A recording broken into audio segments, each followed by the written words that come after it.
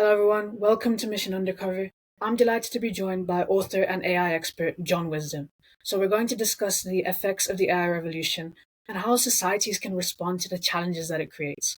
So, John, could you introduce yourself and what your background is and where you're from? Thank you, Zadan.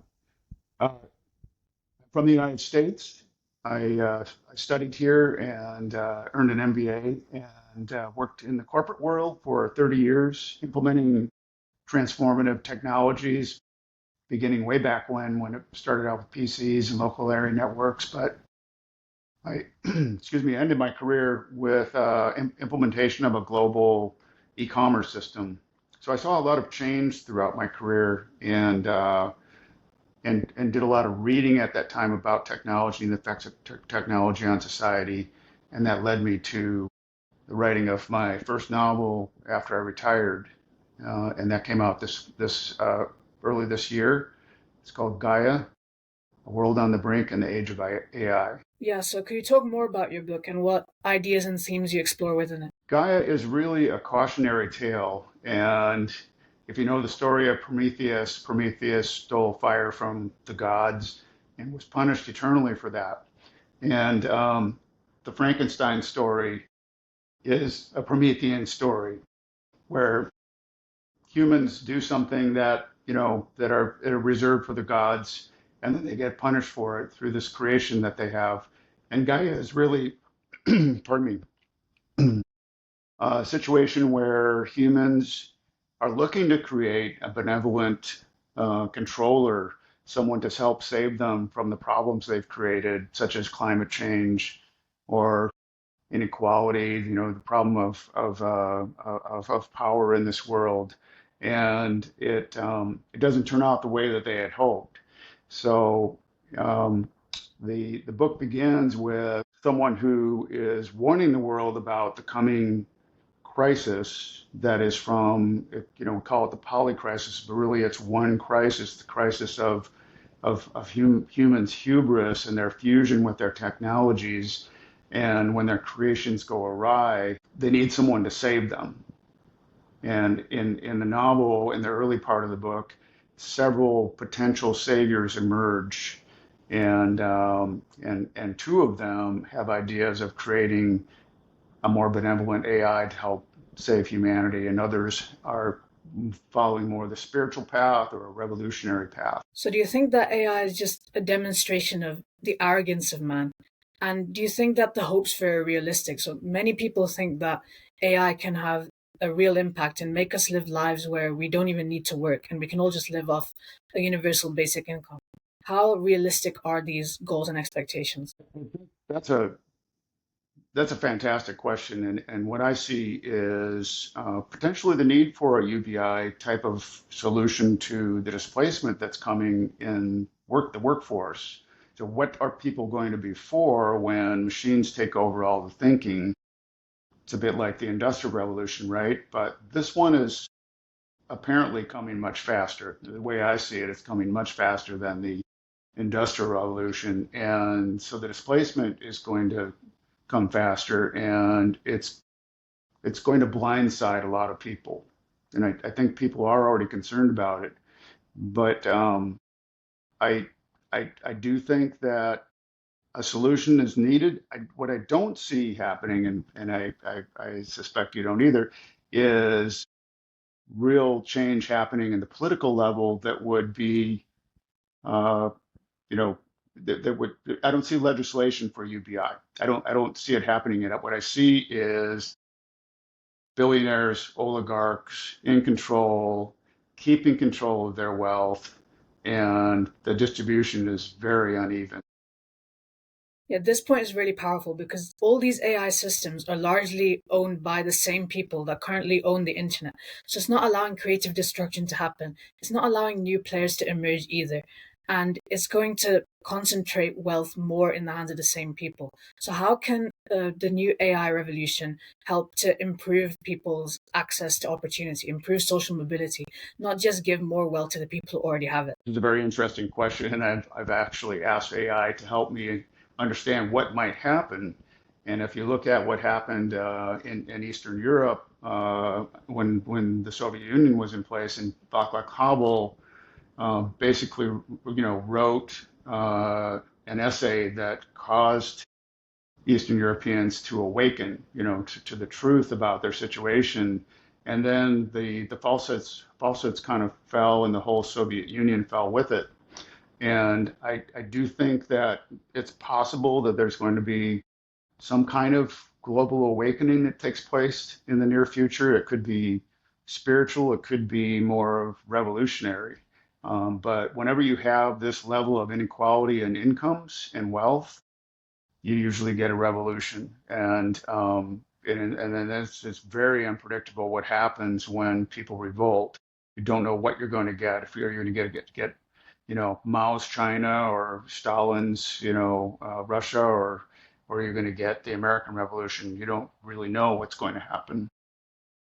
This age of humanity is particularly abnormal because when in the past the conditions have been similar to this, such as in the French Revolution, there's always been a mass uprising to change society, but here that hasn't happened and the same system has remained in place. But I want to particularly focus on the threat of structural unemployment from technological change. How can we respond to that whilst also harnessing the opportunities that AI will create? Many have proposed that we should lower labor costs for firms so that they can be incentivized to hire workers instead of investing in capital, which often has lower taxes. How do you respond to that suggestion? Yeah, I certainly don't like the idea of lowering labor costs because for too many people, the costs, the rewards of their labor are too low already. So I can see where people might unionize. Um, there's a lot of patterns from the past that might reemerge to address the coming displacement, but I think it will be largely political, and you probably know from history that it's usually the middle class that drives revolution, not the lower class.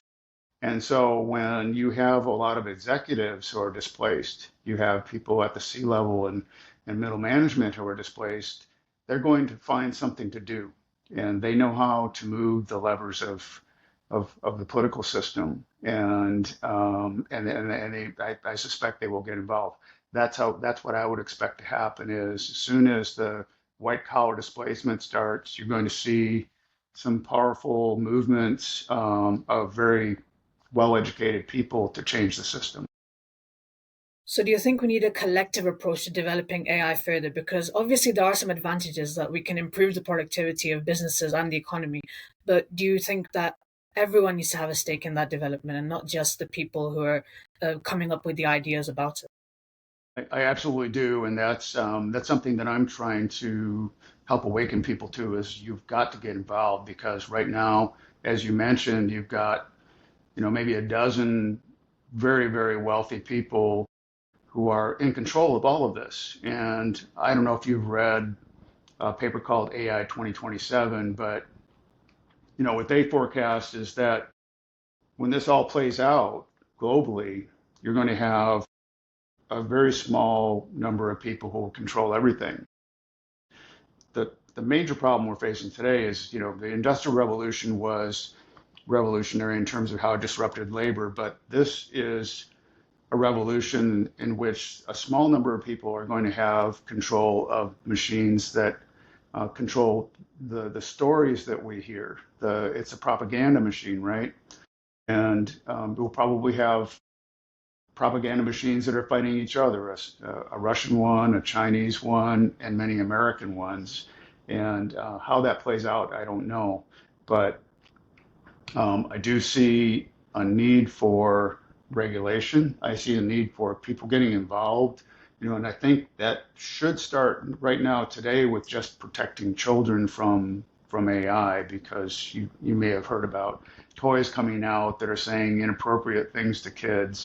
And I worry about elderly people being scammed by AI-aided fraud. So that might be a starting point, but then it needs to progress to making sure that AI is aligned with, what we might call human values, and first do no evil, and that's a very difficult challenge, but it's something that has to be addressed, or we're going to have a disaster as many people, even on the inside of AI development, have predicted. I don't want to repeat the mistakes of the internet. I completely agree with you that we need regulation. The internet is still underregulated today, despite being developed so long ago. So, do you think that these systems can be trusted in areas like healthcare, education, and criminal justice to help improve the systems that we have currently? But also, it seems that they can't right now because of the way that they're constructed and the unconscious biases that they reinforce.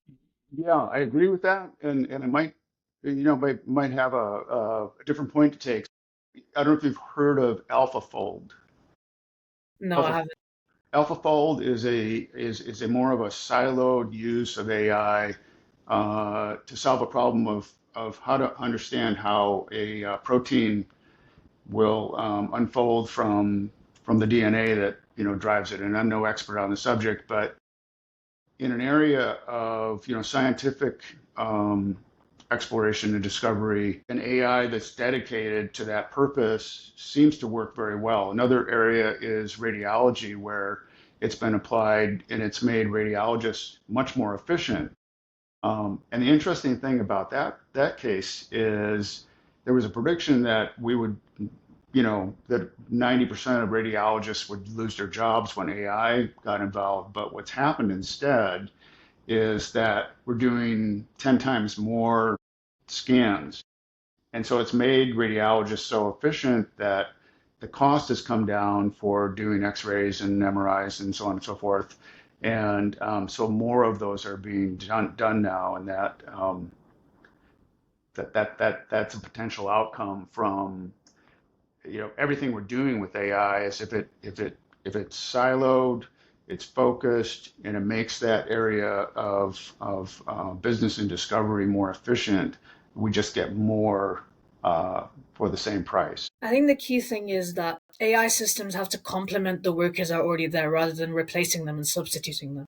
So, how do you think AI can help to make economies and workers and people in their personal lives more productive? Because in Britain, we've been struggling a lot with low productivity and low economic growth. So, how can AI be the catalyst for a new age of improved growth and improved living standards for everyone across society? Another very good question. Uh, I think it's already happening. I think when I look at my own use of AI, it's very helpful as a someone I can bounce ideas off. I'm saying someone like it's a person, but it's a thing I can bounce ideas off. I can just get advice, and it's not always good, but it's accessible. It's quick. It is, it is a level of intelligence that's useful, I think.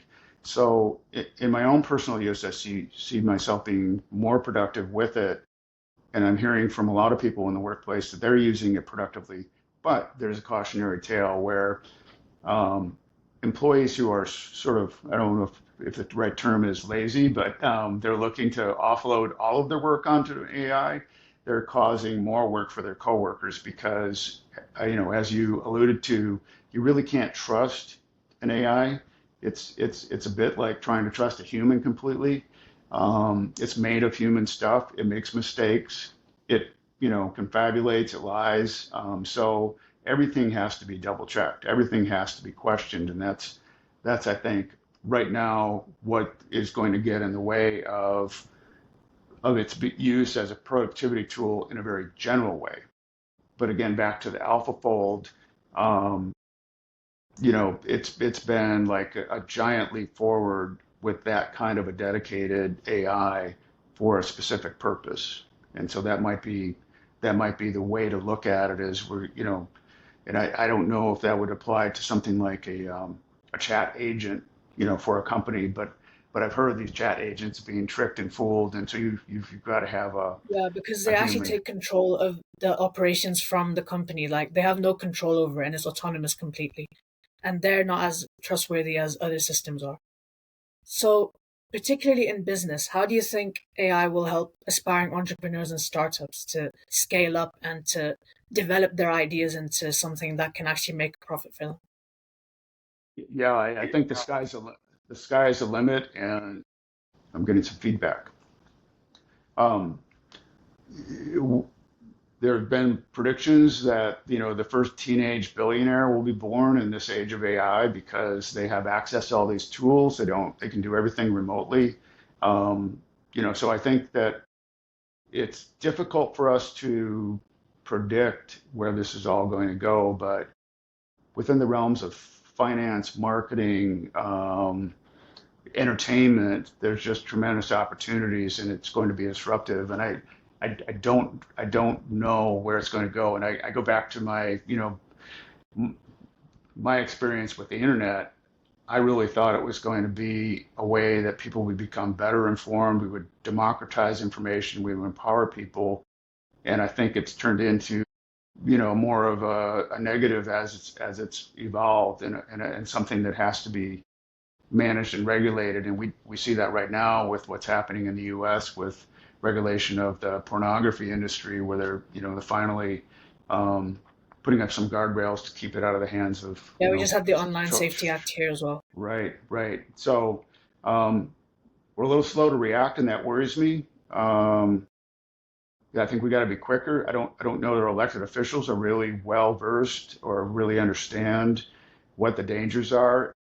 Everyone's racing. This is a Sputnik era thing where everybody's racing to be the first to develop AGI or just the most powerful tool, because they know that if they can get there first, they're going to be able to control everyone else. That's the idea, I think. So, looking to the future, just to finish off, do you think that Silicon Valley can actually pull off artificial general intelligence? They're putting all their resources towards it. All the focus right now is on artificial general intelligence. What will be the impact if they actually achieve it? And how do you think that we can prevent them from getting so much power that they will become even more powerful than states, nations themselves? I do think it's a Promethean story. I think they may regret it if they create it, because I don't know that they can control it. And I just finished reading, a book. It's the title is "If Anyone Builds It, Everyone Dies," and that sounds apocalyptic, but it's a very credible narrative written by credible authors, and that's where I think the fever dream of having nuclear weapons and being able to control the world with the threat of nuclear weapons, sort of evaporates when everyone has them, and you have this proliferation that you can't control. So at any moment now, someone can press a button and start a global conflagration. And I think that I whether you call it general intelligence or super intelligence or a sentient, or a conscious AI, I don't think necessarily matters. I think that the problem is the thing becomes so fast and so powerful and so intelligent that it will do things, um, deceptively. It will do things to fight for its own survival. It will do things to develop itself. And once that happens, we lose control, and it's it we're beyond the singularity into a realm where we don't have control anymore. Yeah, I think the points you've raised throughout are really powerful, and it'll be interesting to see how the progress of the revolution develops. So, thank you so much for joining us. And uh, could you remind us again before you leave about what's your Instagram handle and the title of your book? You can find me at JJ Wisdom Author on Instagram, Facebook, and my website is johnjwisdom.com. My book's available from Barnes& and Noble, bookshop.org, Amazon, and it's Gaia, A World on the Brink in the Age of AI. Thank you so much. Thank you. Thanks for having me.